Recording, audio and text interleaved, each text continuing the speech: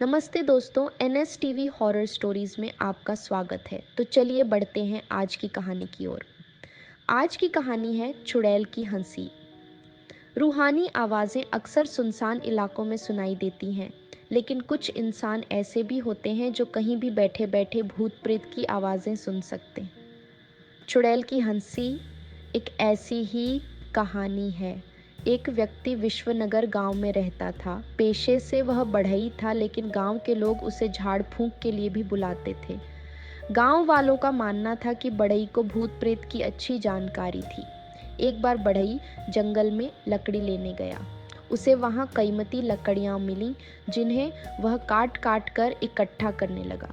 शाम हो गई और वह सारी लकड़ियां एक बार में नहीं ले जा सकता था, इसलिए उसने कुछ लकड़ियों के गट्ठर घने पेड़ों के बीच छुपा दिए और एक गट्ठर उठाकर चल दिया। तभी उसे किसी औरत के हंसने की आवाज़ सुनाई दी। अचानक उसके हाथ से लकड़ी का गट्ठर गिर गया। बढ़ई पहले से ही भूत प्रेत की बातें जानता था, इसलिए वह तुरंत समझ गया कि यह किसी भयानक चुड़ैल की हंसी है।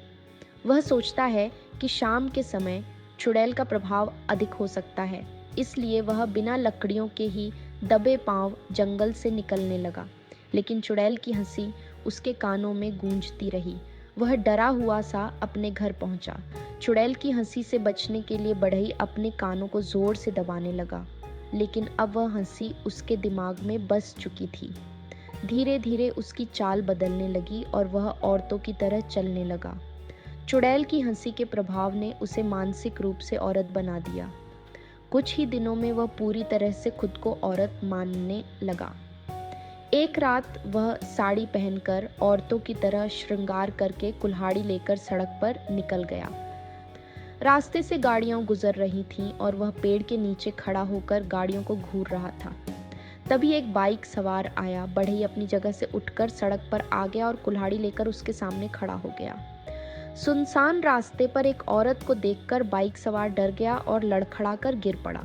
गिरते ही बढ़ई ने उसके सीने में कुल्हाड़ी से कई वार किए, जिससे बाइक सवार की मौत हो गई। इस भयानक हत्या से पूरे शहर में सनसनी फैल गई। सड़क पर हुए इस अपराध के कोई चश्मदीद गवाह या सीसीटीवी फुटेज नहीं थे, जिससे पुलिस के लिए कातिल को पकड़ना मुश्किल हो गया। लेकिन 3 दिन बाद रात में 2 और व्यक्ति कुल्हाड़ी के वार से मारे गए। पुलिस को शक हुआ कि यह किसी सीरियल किलर का काम है। लगातार हत्याओं से शहर में दहशत फैल गई। जांच के दौरान पुलिस को पता चला कि मारे गए तीनों व्यक्ति आपस में रिश्तेदार थे। पुलिस ने मृतकों के परिवार से पूछताछ की और समझा कि हो सकता है यह किसी पारिवारिक दुश्मनी का नतीजा हो। तभी अगली रात एक और व्यक्ति अपनी कार सहित खाई में गिर गया। जांच में पता चला कि किसी ने पत्थर से उसकी कार के शीशे पर वार किया था, जिससे गाड़ी का संतुलन बिगड़ गया और वह खाई में जा गिरी। इस दुर्घटना में उसकी भी मौत हो गई। ये व्यक्ति भी उन्हीं रिश्तेदारों में से एक था।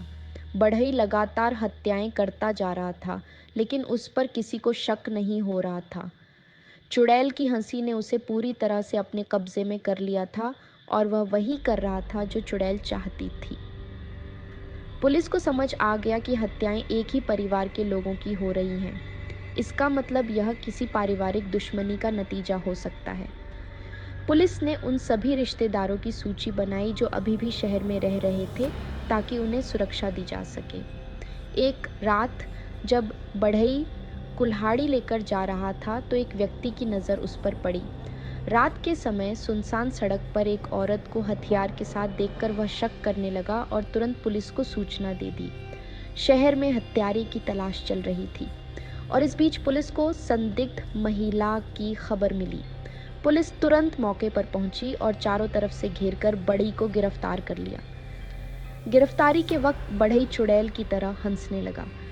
पुलिस को शक हुआ, क्योंकि यह महिला नहीं बल्कि आदमी था। उसे थाने ले जाया गया, लेकिन वह बहुत उग्र था और पुलिस वालों को धक्का दे रहा था। पुलिस ने उसे हथकड़ी लगाकर बांध दिया। जब उससे पूछताछ की गई तो वह अजीब जवाब देने लगा।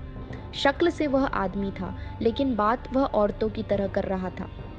पुलिस को लगा कि शायद वह पागल है, इसलिए उन्होंने एक मानसिक रोग विशेषज्ञ को बुलाया। मनोचिकित्सक ने जांच के बाद बताया कि वह पागल नहीं है, बल्कि उसने अपने अंदर एक औरत की आत्मा को बसाया हुआ है और उसी के प्रभाव में वह हत्याएं कर रहा है। पुलिस को यह जवाब संतोषजनक नहीं लगा। तभी एक हवलदार ने सुझाव दिया कि भूत भगाने वाले ओझा को भी बुलाना चाहिए। पुलिस अधिकारी इन बातों पर यकीन नहीं करते थे, लेकिन केस को आगे बढ़ाने के लिए कुछ करना जरूरी था। इसलिए एक ओझा को श्मशान से बुलाया गया। ओझा ने आते ही बढ़ई के चेहरे पर विभूति फेंकी और बढ़ई तुरंत सब कुछ बताने लगा। पुलिस को पूरी कहानी समझ में आ गई। 3 महीने पहले एक बस बारात लेकर जा रही थी, तभी एक लड़की उस बस से टकरा गई और घायल हो गई। बस में बैठे बाराती उसे अस्पताल पहुंचाने की बजाय जंगल में गड्ढे में जिंदा ही दफनाकर चले गए। वही लड़की की आत्मा अब बढ़ई के शरीर में प्रवेश कर चुकी थी और उसी परिवार के लोगों से बदला ले रही थी जो उस बारात में शामिल थे। पुलिस ने ओझा से कहा कि वह अपनी प्रक्रिया पूरी करे और प्रेतात्मा को बढ़ई के शरीर से बाहर निकाले। ओझा ने अपनी पूजा विधि से चुड़ैल को काबू में किया। उसने प्रेतात्मा को विश्वास दिलाया कि उसके साथ न्याय होगा और उसे लोगों की हत्या बंद करनी चाहिए।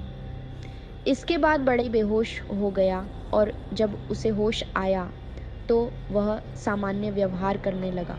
पुलिस ने जंगल में जाकर उस लड़की की लाश का पता लगाया और एक-एक करके सभी रिश्तेदारों को हिरासत में लिया। बढ़ई पर हत्याओं का आरोप था, लेकिन उसे पूरी तरह दोषी नहीं माना गया। उसे मानसिक रोगी मानते हुए 1 साल के लिए पागल खाने भेज दिया गया। इस तरह चुड़ैल की हंसी हमेशा के लिए थम गई। इस कहानी में बस इतना ही। अगली कहानी के साथ मिलते हैं। अगर आपको वीडियो पसंद आया हो तो वीडियो को लाइक और चैनल को सब्सक्राइब करना न भूलें। धन्यवाद।